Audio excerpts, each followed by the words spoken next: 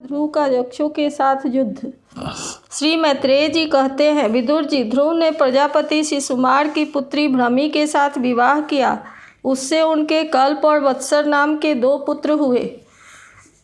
महाबली ध्रुव की दूसरी स्त्री वायुपुत्री इला थी। उससे उनके उत्कल नाम के एक पुत्र और एक कन्या रत्न का जन्म हुआ। उत्तम का भी विवाह नहीं हुआ था कि एक दिन शिकार खेलते समय उसे हिमालय पर्वत पर एक बलवान यक्ष ने मार डाला। उसके साथ उसकी माता भी परलोक सिधार गई। ध्रुव ने जब भाई के मारे जाने का समाचार सुना तो वे शोक, क्रोध और उद्वेग से भरकर एक विजयप्रद रथ पर सवार हो यक्षों के देश में जा पहुँचे। उन्होंने उत्तर दिशा में जाकर हिमालय की घाटी में यक्षों से भरी हुई अलकापुरी देखी। उसमें अनेकों भूत प्रेत पिशाचादि रुद्रानुचर रहते थे। विदुर जी, वहाँ पहुंचकर महाबाहु ध्रुव ने अपना शंख बजाया तथा संपूर्ण आकाश और दिशाओं को गुंजा दिया।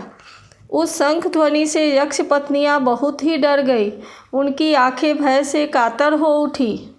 वीरवर विदुर जी, महाबलवान यक्ष वीरों को वह शंखनाद सहन न हुआ, इसलिए वे तरह तरह के अस्त्र शस्त्र लेकर नगर के बाहर निकल आए और ध्रुव पर टूट पड़े।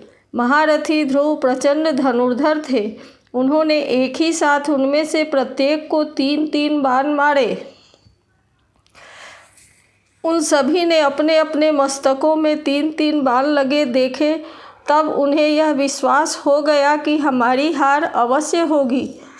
वे ध्रुव जी के इस अद्भुत पराक्रम की प्रशंसा करने लगे। फिर जैसे सर्प किसी के पैरों का आघात नहीं सहते, उसी प्रकार ध्रुव ने उस पराक्रम को न सहकर उन्होंने भी उनके बाणों के जवाब एक ही साथ उससे दूने 6-6 बाण छोड़े। यक्षों की संख्या 13 अयुत मतलब 13 लाख थी। उन्होंने ध्रुव जी का बदला देने के लिए अत्यंत कुपित होकर रथ और सारथी के सहित उन पर परिख, खड्ग, प्रास, त्रिशूल, फरसा, शक्ति, रिष्टि, भुसुंडी तथा चित्र विचित्र पंखतार बाणों की वर्षा करने लगे। इस भीषण शस्त्र वर्षा से ध्रुव जी बिल्कुल ढक गए। तब लोगों को उनका दिखना वैसे ही बंद हो गया जैसे भारी वर्षा से पर्वत का। उस समय जो सिद्धगण आकाश में स्थित होकर यह दृश्य देख रहे थे, वे सब हाय हाय करके कहने लगे, आज यक्ष सेना रूप समुद्र में डूबकर यह मानव सूर्य अस्त हो गया। यक्ष लोग अपनी विजय की घोषणा करते हुए युद्ध क्षेत्र में सिंह की तरह गरजने लगे।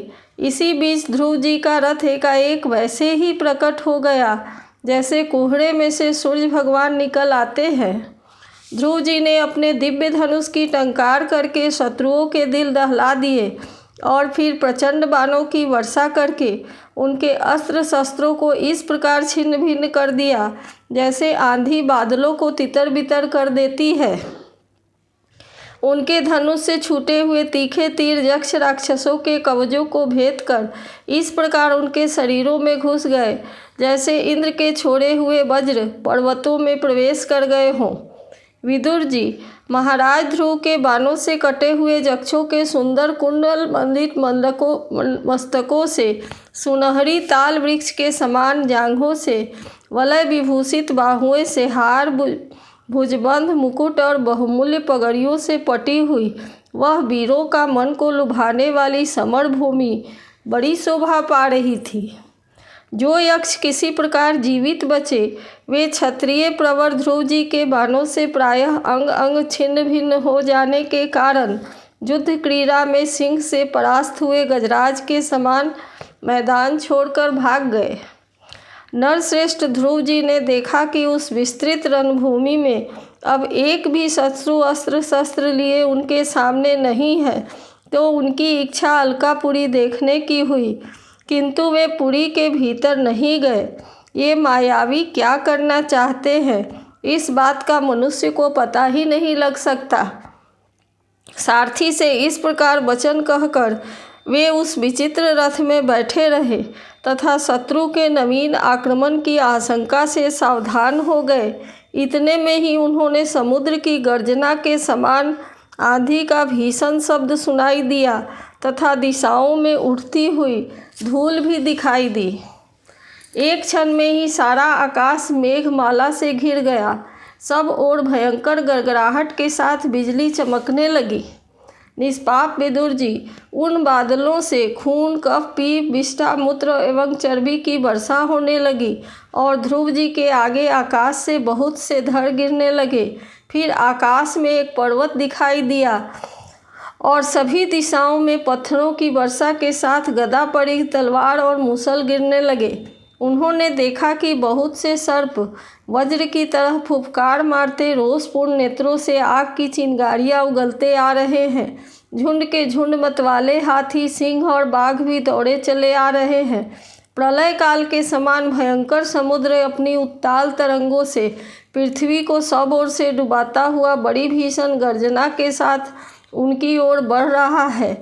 क्रूर स्वभाव असुरों ने अपनी आसुरी माया से ऐसे ही बहुत से कौतुक दिखलाए जिनसे कायरों के मन कांप सकते थे।